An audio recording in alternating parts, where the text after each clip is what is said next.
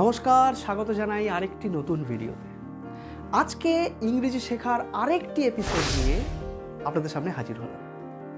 বন্ধুরা, আজকে আমরা একটা স্পেশাল গেম খেলব ইংরেজির বিভিন্ন টেন্স নিয়ে। যেরকমভাবে আমি আগের ভিডিওতে বলেছিলাম যে আজকে এই ভিডিওতে আমি একটা স্পেশাল এক্সারসাইজ গেম আপনাদের সামনে তুলে ধরবো, যেইটাকে প্র্যাকটিস করলে ইংরেজির টেন্সটা আপনাদের অনেকটাই নিয়ন্ত্রণে চলে আসবে।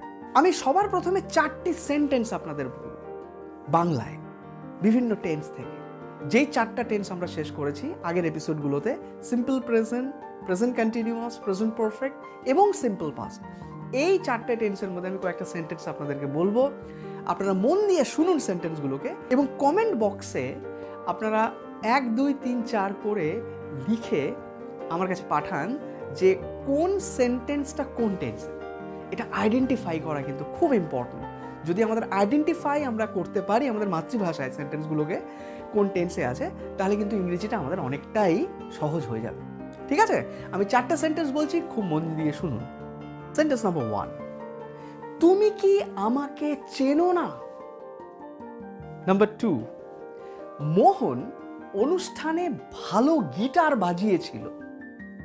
সেন্টেন্স নাম্বার 3, ট্রেনটা কখন স্টেশনে পৌঁছেছে?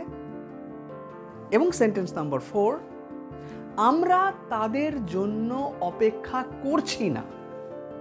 এই 4টা সেন্টেন্স একটু আইডেন্টিফাই করুন এবং কমেন্ট করে জানান যে কোনটা কোন টেন্স। ঠিক আছে, এবার বন্ধুরা আমি একটা গেম, যেটা আপনাদের বলেছিলাম ইংরেজিতে যে আজকে আমরা সেই গেমটা খেলবো। আজকে কোনো গ্রামেটিক্যাল রুলস আমি এই ভিডিওতে আপনাদের সামনে আনছি না, শুধুমাত্র চেঞ্জ ওভার অফ টেন্স। যে গেমটার কথা আমি বলছি সেই গেমটা নিয়ে আপনারা যদি প্র্যাকটিস করেন, দেখবেন আপনাদের ইংরেজি কত তাড়াতাড়ি আপনারা তার উপরে দক্ষতা আনতে পারেন। যেমন আমরা যেরকম 4টে টেন্স এখনো পর্যন্ত আগের এপিসোডগুলোতে করেছি, 6টা টেন্স আমাদের প্রয়োজন ইংরেজি কথা বলার জন্য, মূলত 6টা টেন্স মেইনলি। এবং সেই 6টা টেন্স কি কি সেটাও আমি বলেছিলাম আগের ভিডিওতে। Simple present, present continuous, present perfect, simple past, past continuous এবং সিম্পল ফিউচার। এই 6টা টেন্স, তার মধ্যে 4টা আমরা কমপ্লিট করে ফেলেছি। যারা এখনো দেখেননি ভিডিওগুলো, অবশ্যই আমাদের চ্যানেলে গিয়ে সেই ভিডিওর এপিসোডসগুলো দেখে নেবেন। এখানে আমি কি করব, আমি একটা সেন্টেন্স বলবো এবং সেই সেন্টেন্সগুলোকে আলাদা আলাদা টেন্সে আপনাদের সামনে তুলে ধরবো। আমি কিভাবে প্র্যাকটিস করছি বা আমি কিভাবে বলছি, সেইভাবে আপনারা বাড়িতেও এটাকে প্র্যাকটিস করবেন। দেখবেন এইটা প্রথম একটু কষ্ট হবে, কিন্তু পরবর্তীতে যখন এটা আপনারা নিয়ন্ত্রণ করতে পারবেন, তখন দেখবেন কত এনজয় করছেন এই গেমটা এবং কত ইন্টারেস্টিং হয়ে যাচ্ছে আপনার ইংরেজি শেখাটা। ঠিক আছে, তাহলে শুরু করছি ফার্স্ট সেন্টেন্স দিয়ে। একটা সেন্টেন্স বলছি আমি, শিশুটি ভালো মতো ঘুমোয়নি। আমি বলেছিলাম নি থাকলে সেটা সিম্পল পাস্ট টেন্স হয়। The child did not slip well. শিশুটি কি এখন ঘুমোচ্ছে? কোন tense? Present continuous. Is the baby sleeping now? শিশুটি কখন ঘুমিয়েছে? Present perfect. When has the baby slept? শিশুটি বেশি ঘুমোয় না। কোন tense? Simple present. The baby does not sleep much. দেখুন আমি কিন্তু 4টে ডিফারেন্ট টেন্সে এই সেন্টেন্সটাকে ইউজ করলাম। এটাই হচ্ছে গেম। আর এটাই হচ্ছে গেম যে কিভাবে আপনি সমস্ত টেন্সগুলোকে ইনভলভ করতে পারেন একটা সেন্টেন্সের মাধ্যমে। তাহলে এইভাবে প্র্যাকটিসটা হবে। আমি আরও কিছু সেন্টেন্সকে ইউজ করে আপনাদের সামনে দেখাচ্ছি, আপনারা এইভাবে প্র্যাকটিস করবেন এবং দেখবেন কত সহজ হচ্ছে ইংরেজি শেখা। ঠিক আছে, আমি আরেকটা সেন্টেন্স দিচ্ছি। তুমি বাগানটি দেখাশোনা করছো। You are looking after this garden. তুমি কি ওই বাগানটিতে গিয়েছিলে? Did you go to that garden? কখন তুমি বাগানটি দেখাশোনা করো? When do you look after the garden? আমি বাগানটি ঘুরেছি। I have visited the garden. তাহলে দেখুন আমি আলাদা আলাদা সেন্টেন্স একটু চেঞ্জ করলাম, কিন্তু আলাদা আলাদা টেন্সে, এবং এইভাবে সেন্টেন্সগুলোকে আমি ব্যবহার করলাম। প্র্যাকটিস করুন। আমি আরেকটা সিরিজ বলছি, তুমি কি আমাকে সাহায্য করেছো? Have you helped me? তুমি কি আমাকে সাহায্য করোনি? Didn't you help me? তুমি কাকে সাহায্য করো? Whom do you help? আমি কি তোমাকে সাহায্য করছি না? Amn't I helping you? আর একটা সিরিজ, ছেলেরা ম্যাচটি জিতেছে। The boys have won the match. তুমি কি ম্যাচটি খেলেছো? Have you played the match? ছেলেরা কাদের বিরুদ্ধে ম্যাচটি খেলেছিল?